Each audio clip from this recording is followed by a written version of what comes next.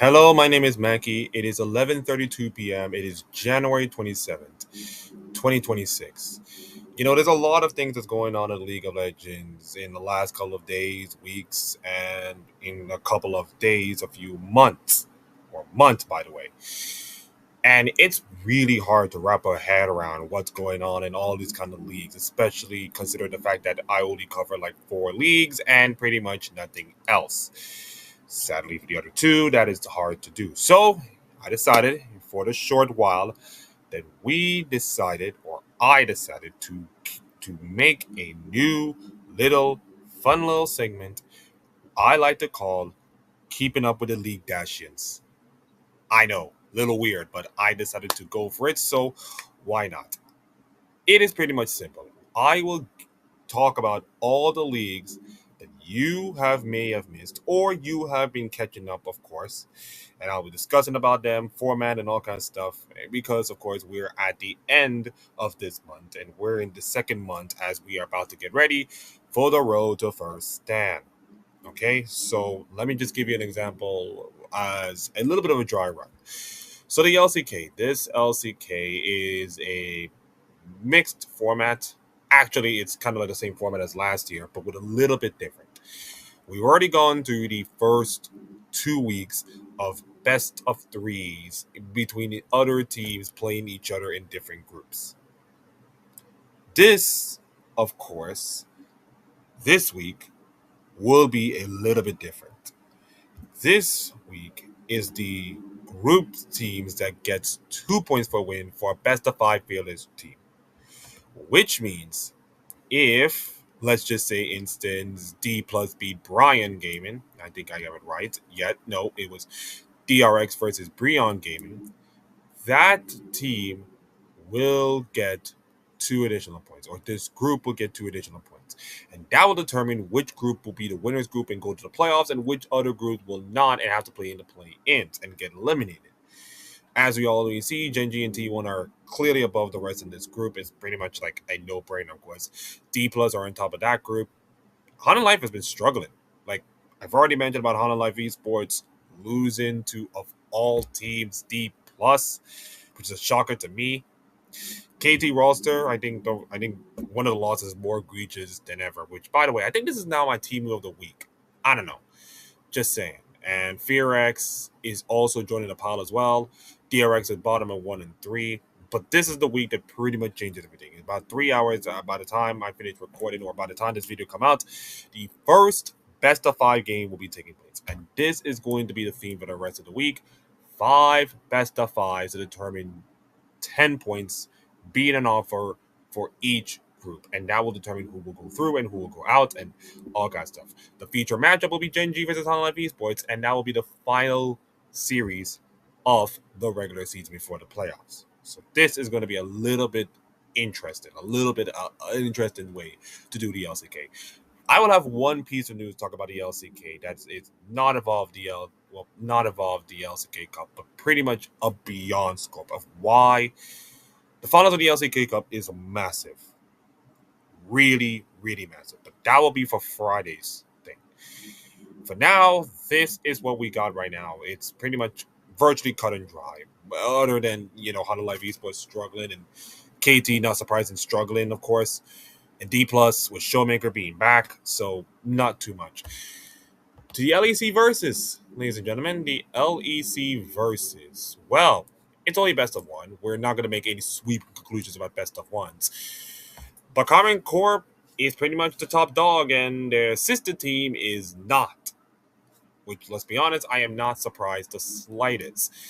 You got Team Heretics being down there. You got Shifters, which is, by the way, the worst name in League of Legends history and probably the worst team in League of Legends history, because two of the four losses they have were kind of the most egregious losses you will ever see in League of Legends. And one of them is the loss by the Toners, who, after an 0-4 start, a lot of abuse and a lot of criticism and a lot of flack, which, to be fair to them, I was never expecting Los Angeles to do anything much in the LEC, but I was never expecting them to get, destroyed on social media. It's part of the whole thing of being an esports manager and being an esports fan. It's like you have to take the risk. They're taking the risk. And while the first couple of weeks have not been great, Nemesis, thankfully, I think I have Nemesis probably my player of the whole week, was probably the reason why this Ratatouille team has gone up with 2 wins. Now, of course, fortunately, they have to face stiffer competition in Movie Star Riders, who, by the way, they, Giant X, and Fnatic, and Navi are in 4-2, looking up at K Corp, and G2 are 3-3 with Team Vitality, which is, again, best of ones is not a be and all end all, of course. Just because Karma Corp is 5-1 in best of ones does not mean they can be like the most dominant team in best of threes. And that is going to be a different story for another couple of days or a couple of weeks, of course. So make that what you will. It's this table is gonna be nothing, of course. The only interesting thing is like, so let's see, can Los Angeles keep up the momentum, which is something we have never said about them last week, and now we have something to do next this week. And if that happens, if they were to be the movie star Koi team, like, listen, the 2 wins they have was against Shifters and was against Team Heretics. Like, congratulations, you just beat the two crappy teams to even get 2 wins, which I think is the bare minimum. But the question is, can you beat a Koi, and can you beat a Navi, of course, or a Giant X? That's the real question, of course. But it's all about trying to get wins, trying to get momentum, and trying to get the feel good factor, which, let's be honest, the last couple of days, especially Keijo, crying on stream. It was rough. Trust me, it was rough. It was rough, but they managed to get through, and I'm happy for them. I'm just happy for them. To the LPL, currently going on right now, and if you look at the LPL standings right now, well, a familiar team is on top of the table. It's anyone's legend. Surprising to no one. And Tabe's former team, JD Gaming, top of the table as well. Again, surprising no one. And BLG, again, surprising no one. Like, Jesus, this is like three of the best teams in the league so far. I mean, surprising absolutely no one. Top Esports doing the annual choking of internationals, although they decided to not choke internationals. They decided to choke all throughout the group stage, of course. 2-5 with Invictus Gaming. Like, Christ almighty, they Invictus Gaming are bottom of the standings of Group of Sand. Like, oh, that is just brutal. And of course, Weibo Gaming does not help themselves. 3-3, 8-8 in games, mid. Like, absolute definition of mid, of course. The group preference, Team WE has already gone through. Thunder Talk Gaming is gonna downward into the ninth rival, of course. And then, of course, there'll be a battle between NIP and EDG to determine who will join the WE in the group perseverance.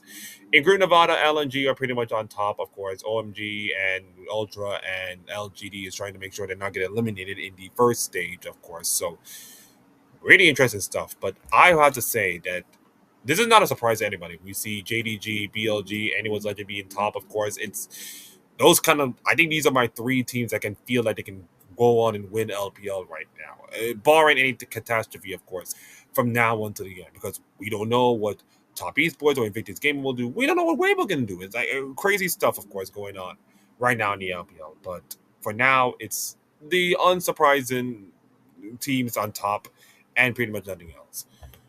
To the LCP. We'll get to the LCS, by the way. Actually, no. Let's just do the LCS right now. Let's just do the LCS right now. Let's just do big leagues, and then we'll do smaller leagues, and then we get out. Right. To the LCS. And I have to say, the first week surprised me. Like, literally surprised me. Who have Cloud9 beating Team Liquid? Not me. Who have Flag was a young team beat Shopify Rebellion? Not me. Who had disguised defeat Sentinels? Again, not me.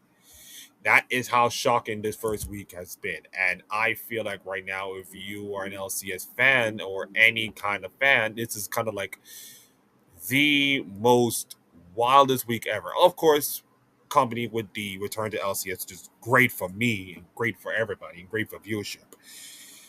This has been a wild week. I'm impressed with FlyQuest with a young team. Cryojet, Masu popping off. Griffin was incredible.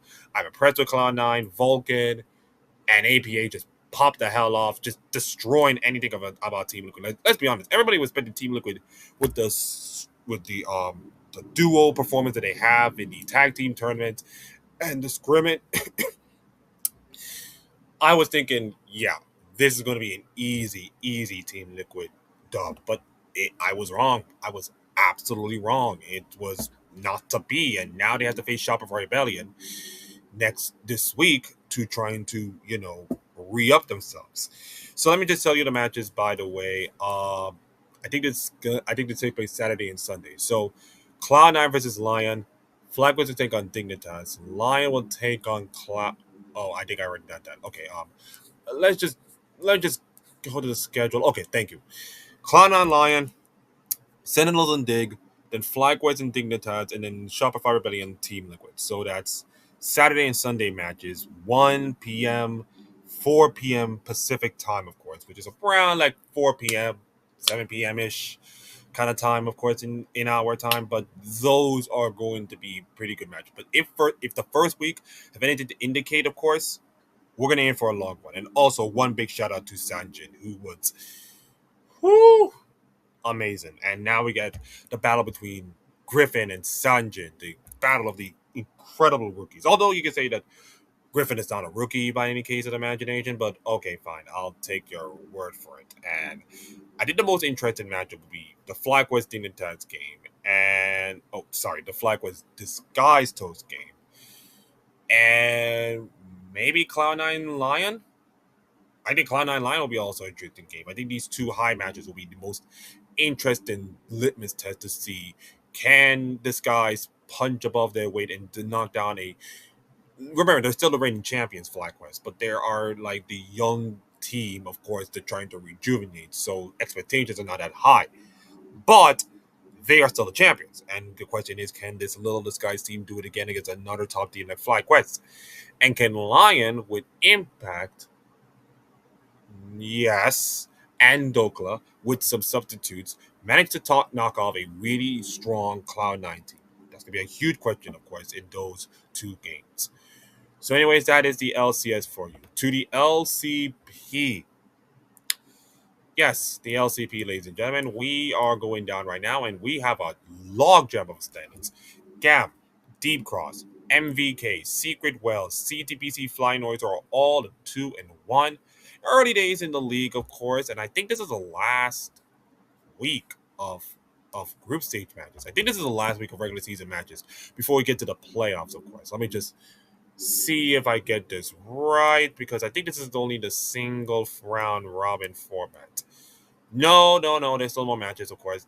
2 days from now, we'll have MVK Deep Cross, and then the rest of them will go. And yeah, and then next week will be the final one. Okay, so they have, well, I think, 4 more matches remaining. 4 more matches.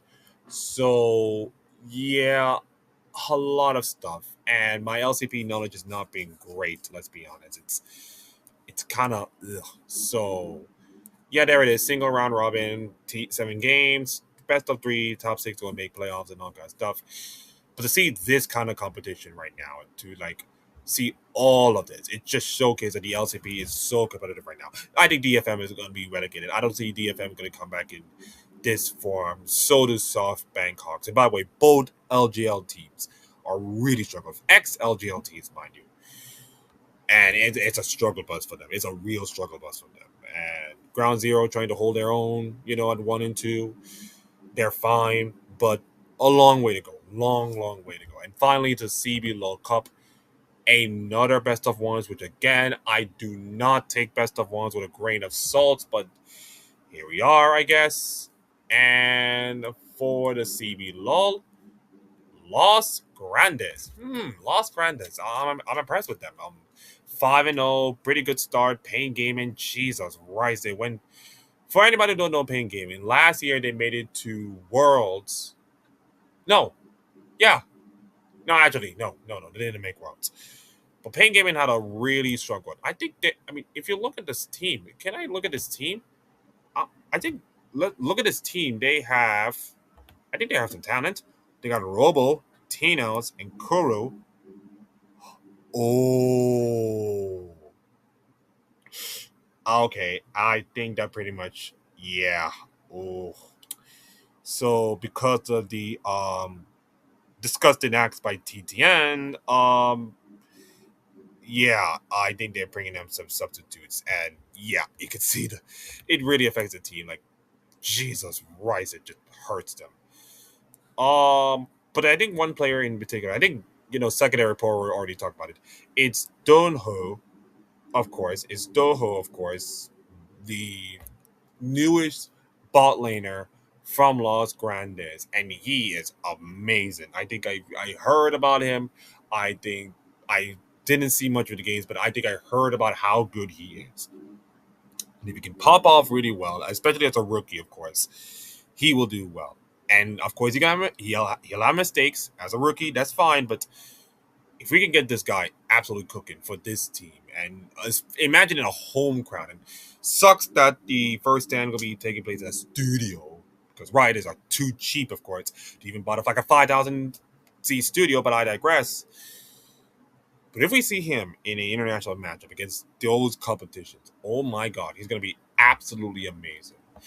And then you got the rest of the standings: Red Cannons 4-1, Furia 3-2, Loud 3-2, Kian Star 3-2, and Leviton and Fluxios W7M also at 4-1 and 4.